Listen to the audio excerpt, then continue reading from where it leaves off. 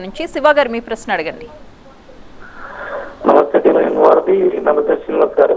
శివ గారు నమస్తే. నా రెండు మూడు ప్రశ్నలు అండి. యాక్చువల్లీ తెలంగాణ అంటే నేను ఆంధ్ర నుంచి అండి, నేను గుంటూరు నుంచి. తెలంగాణ డివైడ్ అయినప్పుడు మేము సెటిలర్స్ హైదరాబాద్ సెటిల్ అవుతామా లేదా అనే ఒక క్వశ్చన్ ఉండేది. కానీ కేసీఆర్ గారు డెఫినెట్ గా రియల్ హీరో అనుకోవచ్చు. ఎవరిని ఏమి ఇబ్బంది పెట్టకుండా సెటిలర్ సంబంధించి చాలా ఈక్వల్ గా చూసుకున్నారు. తెలంగాణ ప్రజల్లానే ఈక్వల్ గా చూసుకున్నారు. దానికి నేను కృతజ్ఞత అండి.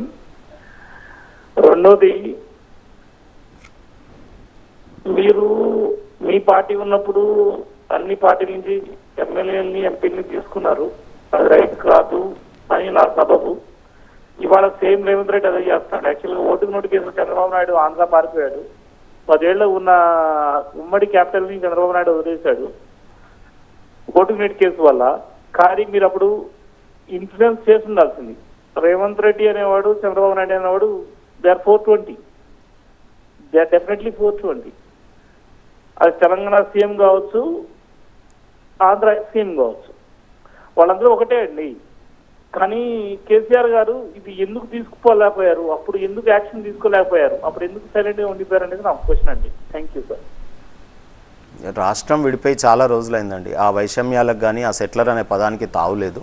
రాష్ట్రం 10 years అయిపోయింది. ఆ రాష్ట్రం ఈ రాష్ట్రం పనులు చేస్తూ ఉంది. ఇంకా ఆ వైషమ్యాలకు సంబంధించినటువంటి చర్చ చేయాల్సినటువంటి అవసరం మాత్రం లేదు. So today we can discuss current affairs మీద మాట్లాడదాం. ఈ రాష్ట్రాల ఏర్పాటు జరిగిపోయింది. ఇప్పుడు ఒరిస్సా ఎట్లనో ఆంధ్రప్రదేశ్ అట్లా, మహారాష్ట్ర ఎట్లనో తెలంగాణ అట్లా, ఏ రాష్ట్రానికి ఆ రాష్ట్రం ఏర్పడ్డ తర్వాత మనం ఇంకా అటువంటి మాట్లాడాల్సినటువంటి అవసరం. రైట్. మనం కాల్కి ముందు మాట్లాడుతున్నాం దానం నాగేందర్ గారి గురించి. అయితే కేసీఆర్ గొప్ప నాయకుడు అంటున్నారు, కానీ ఆయన చుట్టూ ఉన్న కోటరీ వల్లే పార్టీ పతనం అయిపోయింది అంటున్నారు. ఆ కోటరీ ఎవరు? దానం నాగేందర్ చేసిన విమర్శలపై మీ అభిప్రాయం ఏంటి?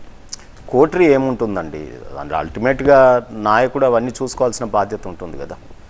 ఇప్పుడు ఈ మీ యూనిట్ ఉంది, దీన్ని ఏమంటారు, టీవీ ఛానల్లో ఇదంతా ఉంది.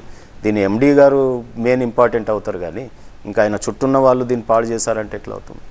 సో ఏ ఆర్గనైజేషన్ అయినా ఏ పార్టీ అయినా మేము బాధ్యత వహించాల్సిందే. అది ఆ నిర్ణయాలు కింద ఏం జరుగుతుందో చూసుకోవాలి కదా.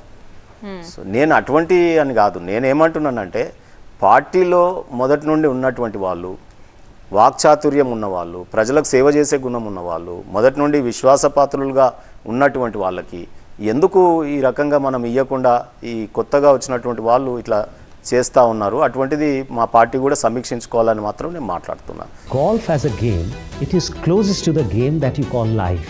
You've got to use your mind. You cannot lose it. The sharpest person is one who understands his limitations. खुद ही को कर बुलंद इतना कि खुदा बंदे से पूछे कि तेरी रजा क्या है. You might have a bad break after a good shot. You might have a good break after a bad shot. But the fact remains, you got to play the ball from where it lies. This and more, streaming on News 9+. Subscribe now. మిగతా పార్టీలు అయితే అసలు నేను అనుకుంటాను ఇప్పుడు TRS party మళ్ళీ మేము కొత్త నాయకులకు ఇచ్చుకుంటా ఉన్నాం మా దాంట్లోకి వెళ్ళిపోతే. సో స్ట్రాంగెస్ట్ పార్టీ తెలంగాణలో మళ్ళీ ఇది ఉన్నట్టే. ఎందుకంటే కాంగ్రెస్ కానీ బీజేపీకి కానీ ఇళ్ళకి వెళ్ళిపోయిన వాళ్ళే క్యాండిడేట్లు. అంటే స్టిల్ ఈ పార్టీయే చాలా స్ట్రాంగ్ అనిపిస్తూ ఉంది నాకు ఈ లెక్కన చూస్తే. ఎందుకంటే మరి అవకాశవాదులు వెళ్ళిపోతూ ఉన్నారు, పోయిన వాళ్ళకే వాళ్ళు టికెట్లు ఇస్తూ ఉన్నారంటే వాళ్ళ దాంట్లో లేనట్టే కదా. అంటే వీళ్ళు పోకపోయి ఉంటే అంటే వాళ్ళు ఎవరిని పెడుతుంటే అంటే వీక్ క్యాండిడేట్సే కదా.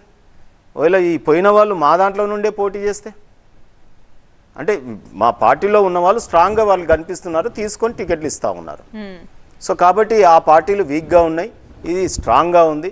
సరే వాళ్ళు పోతే ఏమున్నది, మళ్ళీ కొత్త వాళ్ళకి ఇచ్చేటటువంటి అవకాశం నేను కూడా మా పార్టీ కూడా సమీక్షించుకోవాలి. నేను రియల్లీ ఐఎమ్ టెల్లింగ్ యూ. అంటే ఇక్కడ వ్యక్తుల వల్ల పార్టీ స్ట్రాంగ్ అనుకోవాలా, పార్టీ వల్ల వ్యక్తులు స్ట్రాంగ్ అనుకోవాలా? దురదృష్టం ఏంటంటే గతంలో పార్టీలు స్ట్రాంగ్గా ఉండేది, ఐడియాలజీ స్ట్రాంగ్గా ఉండేది, సిద్ధాంతం స్ట్రాంగ్గా ఉండేది. ఆ పార్టీని నమ్ముకుంటే ఎంతోమంది మా దగ్గర ధర్మభిక్షం లాంటి వాళ్ళు, లేకపోతే ఆనాటి రావినారాయణ రెడ్డి గారు, పుచ్చలపల్లి సుందర, అటువంటి అసెంబ్లీని చూద్దాం అనుకుంటే లేనే లేదు. వ్యక్తిగతమైన దూషణలు వినడానికి మనం దాన్ని ఏమంటారు తిట్ల పురాణం చదువుకోనికి అసెంబ్లీ పెట్టుకున్నట్టుగా ఉంది. సో ఆ నాయకులను ఎన్నుకునేటప్పుడే కరెక్ట్గా ఎన్నుకుంటే కనుక అక్కడ మంచి చర్చలు, ప్రజా సమస్యలు చర్చింపబడతాయి. కొత్తగా అవకాశాలు వస్తే కూడా, కొత్త నీరు వస్తే కూడా వారికి కొంత ఎంతూజియాజం ఉంటుంది, స్టడీ చేస్తారు, సమస్యల మీద అవగాహన తెచ్చుకొని కొద్దిగా ఎక్కువ కష్టపడతారు. సో అది లేకుండా ఓన్లీ ఇప్పుడు ఉదాహరణకు మెడికల్ కాలేజీలు ఉన్నాయండి, వారిని తీసుకొని మనం మెడికల్ మినిస్ట్రీ చేసిన ఆరోగ్య శాఖ మంత్రి చేస్తే కార్పొరేట్ రంగాన్ని పోషిస్తారు కానీ ప్రభుత్వ వైద్యాలయాలు వస్తాయా? ఇప్పుడు కార్పొరేట్ విద్యాలయాలు, ప్రైవేట్ యూనివర్సిటీలు ఉన్నాయి, వాళ్ళని తీసుకొని మనం ఎమ్మెల్యేలు మంత్రులు చేస్తే రేపు ఆ కార్పొరేట్ వాళ్ళ విద్యాలయాలు వాళ్ళ యూనివర్సిటీలు పెరుగుతున్నాయి కానీ ప్రభుత్వ విద్య పెంచుతారా? వాళ్ళు వీటిని కిల్ చేస్తారు, ప్రైవేట్ రంగాన్ని పెంచుతారు. అదే రకంగా పెట్టుబడిదారులు ఏదైతే వ్యాపార రంగంలో ఉన్నాయో ప్రైవేట్ పరిశ్రమలు వాటే ఉంటాయి, పబ్లిక్ సెక్టార్ యూనిట్స్ని అమ్మేస్తారు. పబ్లిక్ సెక్టార్ యూనిట్స్ లేకపోతే ప్రజలకు అది చాలా ఇది ఉంటుంది. సో ఈ రకంగా ఎక్కడో మౌలికంగానే ఈ రాజకీయ వ్యవస్థలో చాలా తప్పులు జరుగుతున్నాయి. పౌరులందరూ స్పందించాల్సినటువంటి I appeal all the people, ఈ మన ఓటర్స్ని కూడా చెప్తా ఉన్నాను, దయచేసి ఓటును మీరు అమ్ముకోకండి. మీరు రాజకీయ పార్టీలు పంపించినటువంటి క్యాండిడేట్స్ని, వారి చదువుని, వారి గుణగణాలను చూడండి.